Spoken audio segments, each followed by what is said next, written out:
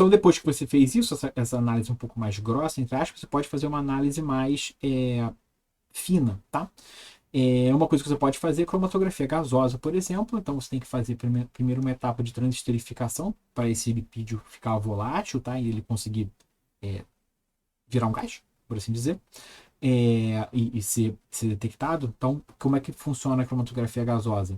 Você tem, então, um gás carreador aqui, você tem uma coluna, e essa coluna aqui vai ter afinidades diferentes pelo lipídio de acordo com como volátil ele vai ser, tá? Então, lipídios, afinidade com a coluna vai fazer com que o lipídio fique mais ou menos preso ali, e conforme você vai esquentando o seu espectrômetro, o seu cromatógrafo, que tem um forno aqui nessa coluna, ele vai esquentando e você vai conseguir, ele vai, o lipídio vai volatilizar e vai ser detectado por um detector qualquer que você tem aqui, e vai ter um pico, tá? Então, conforme você vai esquentando e você vai sabendo que quanto menos afim a coluna ele mais rápido, numa temperatura menor ele vai sair. Então, você consegue depois identificar, de acordo com os padrões que você vai colocando, de acordo com a coluna que você está usando, que lipídio é cada um deles, tá? Então, aqui tem um gás massa aqui, tá? Então, esse aqui, na verdade, isso aqui é um cromatógrafo a gás, tá? Então, o cromatógrafo a gás está aqui, tá? Mas você também pode ter associado a ele uma espectrometria, um espectrômetro de massa, tá? Então, ele vai sair daqui do cromatógrafo a gás e vai ser detectado pela massa. Então, você tem aqui um chamado o GCMS, tá? Então, cromatografia gasosa acoplada à espectrometria de massa. Então, você vai detectar exatamente qual é a massa daquele lipídio, a relação carga-massa, na verdade. Então, você vai conseguir saber, a partir daí, qual é de acordo com uma biblioteca que você tem, você sabe que lipídio tal tem tal carga-massa. Então, você consegue identificar exatamente que lipídio estava na sua amostra, tá? Então, aqui eu tenho um dado meu, tá? Que é com uma espectrometria de massa não acoplada a gás massa, mas com ionização por elétron spray, então a gente chama de SIMS, tá? Então, você tem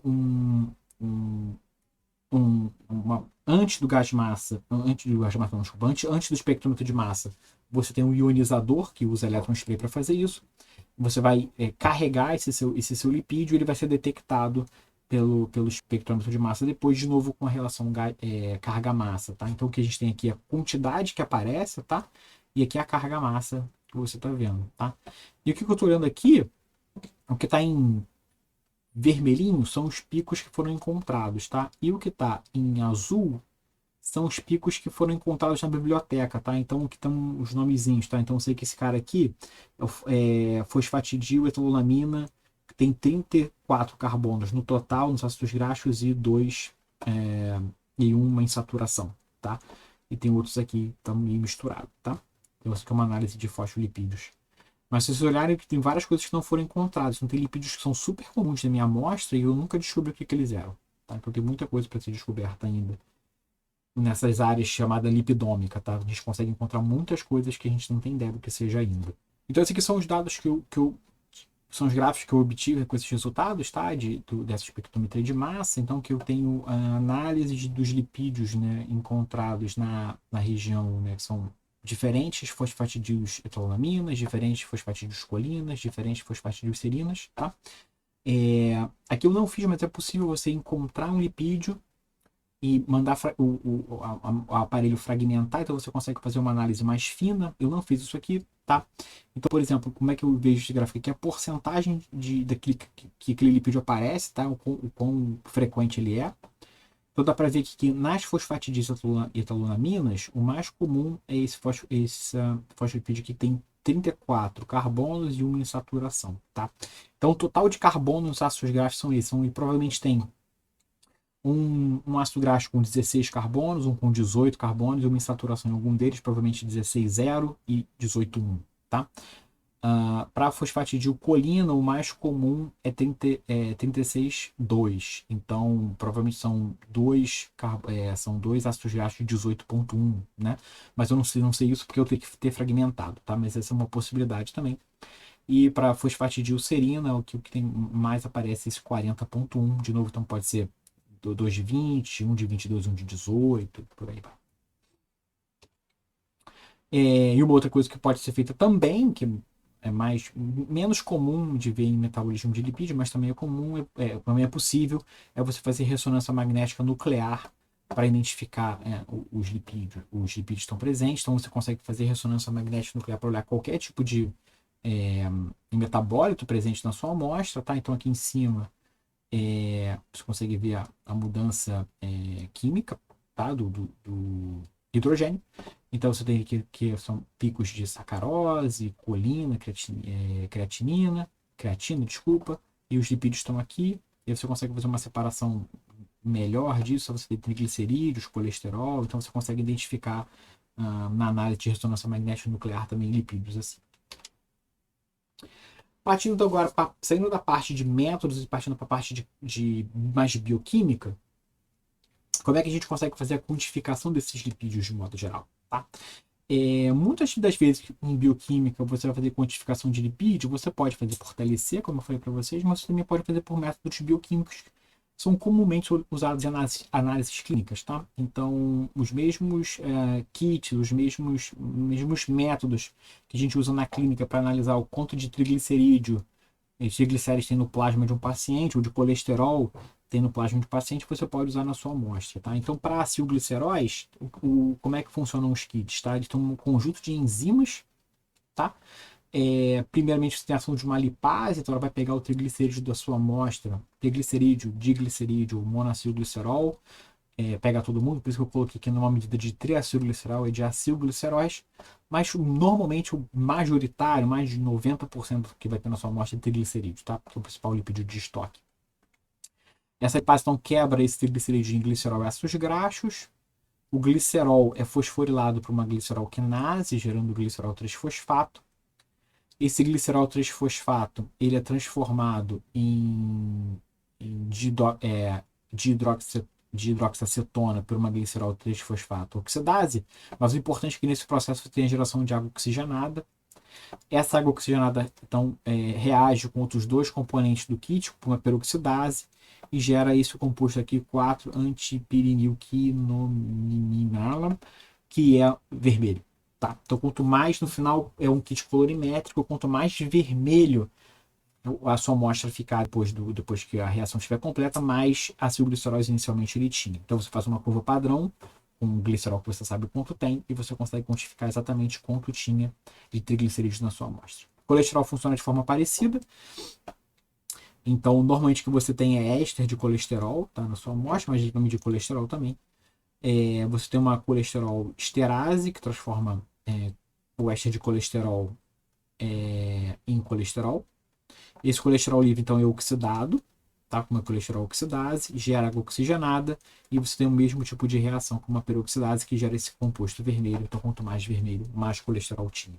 Então, são formas bioquímicas baratas de você quantificar o quanto de triglicerídeo tinha na sua amostra. A gente também pode fazer diferentes reações enzimáticas, tá? Mas, de novo, reação enzimática para atividade com lipídio é bem complicado, porque normalmente as enzimas funcionam numa interface hidrofóbica e hidrofílica. Você normalmente vai ter suas amostras presentes em cloroformo. Se você jogar a sua enzima para tentar medir, ela provavelmente vai desnaturar. Então você tem que conseguir pegar o seu substrato e solubilizá-lo em detergente, de forma que ele fique solúvel numa solução aquosa e que as suas enzimas consigam agir. Então, medir atividades enzimáticas com lipídio como substrato não é uma tarefa muito fácil. Eu acho que é por isso que você vê cada vez menos artigos, ou comparativamente artigos em bioquímica de açúcares e proteínas, tem muito mais do que com lipídio, porque é mais trabalhoso você fazer bioquímica de lipídio. Tá? Mas então você pode medir, por exemplo, a atividade lipásica. O que a lipase vai fazer? Ela vai quebrar um triglicerídeo e gerar ácido graxo. Então a gente fez esse trabalho aqui, foi a gente que publicou. Eu era da iniciação científica quando esse trabalho saiu, quando eu participei desse trabalho. Usando lipídios radioativos, tá? Então a gente tinha um triglicerídeo radioativo, a radioatividade estava presente no ácido graxo. Então, depois que a lipase agia, a gente mediu o quanto de radioatividade aparecia na fração de ácidos graxos. Então você conseguia medir o quanto estava funcionando. Então a gente fez diferentes medidas e via que era tempo dependente, e era, conforme você aumentava a quantidade de amostra, também aumentava a atividade enzimática, mostrando que de fato você estava conseguindo medir uma atividade enzimática de verdade. Existem também métodos colorimétricos, nesse trabalho aqui, que não é nosso. Você tem aqui, então, uma medida colorimétrica no amarelo, e conforme você aumenta a quantidade de lipase, você tem um aumento linear. Como é que funciona esse método? Você tem um triglicerídeo modificado, tá? Quando a lipase age sobre ele, libera uma sulfidrila que reage com corante de Edman, agente de Edman, e então ele fica amarelo. Então, quanto mais amarelo, mais atividade enzimática você tinha. Então, uma forma mais fácil, mais tranquilo de trabalhar do que com material radioativo. Você pode medir outras atividades enzimáticas também, então que tudo a gente mediu com radioatividade. Esses trabalhos não são meus necessariamente, mas são do grupo onde eu trabalhei. Então você pode medir uma atividade acil-CoA sintetase, por exemplo. O que essa atividade faz? Ela sintetiza, como o nome diz, acil-CoA. Então acil-CoA é o ácido graxo ligado com a coenzima A. A gente vai ver muito acil-CoA durante essas aulas, tá? Então aqui o que foi feito foi a expressão recombinante da enzima que a gente estava trabalhando, e uma atividade de novo, uma atividade com medida radioativa. Então você dava o substrato, o ácido graxo radioativo, e viu quanto desse ácido graxo era transformado em acil-CoA. Então você conseguia medir, a gente botou diferentes ácidos graxos e via a atividade da enzima. Então tinha duas enzimas diferentes.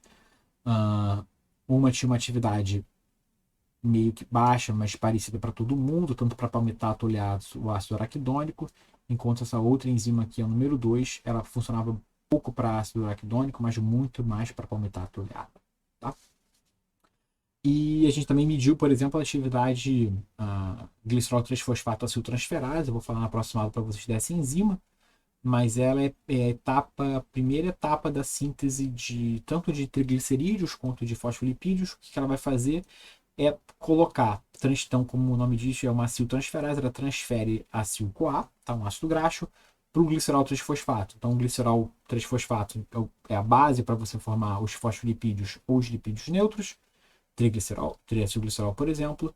Então, ela vai colocar o primeiro ácido graxo no glicerol, fazendo, no caso aqui, um ácido fosfatídico. Tá? Então, também foi medido com substrato radioativo. Que a gente tinha era o glicerol 3-fosfato radioativo, e viu quanto ele era incorporado em lipídios. Tá? Então você conseguia medir isso numa atividade total lá. E uma coisa que também é muito comum, como às vezes é difícil você conseguir medir atividades enzimáticas especificamente, a gente faz atividades de vias metabólicas. Tá? Então você não consegue saber exatamente qual enzima está regulado, qual está funcionando mais ou menos, mas você consegue ter uma resposta que talvez ajude você a responder a sua pergunta, só vendo se uma via está mais aumentada ou diminuída em relação ao que você está procurando. Tá? Então, por exemplo, você pode medir a atividade, a síntese de ácidos graxos. Tá? Você não vai saber qual enzima exatamente está sendo modificada, mas você consegue saber se aquela sua célula ou aquele seu organismo está conseguindo fazer mais ou menos ácidos graxos. Tá? Também feito com material radioativo. O que a gente faz é dar acetato radioativo. O acetato vai ser incorporado pela célula ou pelo organismo que você está usando, e ele vai transformar esse acetato em ácido graxo. Então você vê o ponto de radioatividade sai do acetato, que é aquoso, e vai para a fase orgânica, que são os lipídios. Tá? Então você pode ver aqui que nesse caso aqui a gente tinha uma redução da incorporação de acetato. Tá? E você pode medir também a atividade de beta-oxidação, o quanto de ácido graxo é degradado por aquela célula, por aquele organismo. Então você dá um ácido graxo radioativo de novo, ele está na fase orgânica, e essa radioatividade, então, conforme o ácido graxo vai sendo beta-oxidado, ele vai ser transformado, esse hidrogênio radioativo vai passar para a água ou para o poder redutor, o nádio, FAD, alguma coisa assim, mas essas coisas são solúveis em água. Então a radioatividade some da fase orgânica e aparece na fase aquosa. Então você consegue saber o quanto do ácido graxo foi degradado. E aqui no caso a gente consegue ver que enquanto você tem uma redução, nesse caso aqui, uma redução do acetato, da incorporação de acetato, então você tem menos síntese de lipídios, você tem um aumento da degradação de lipídios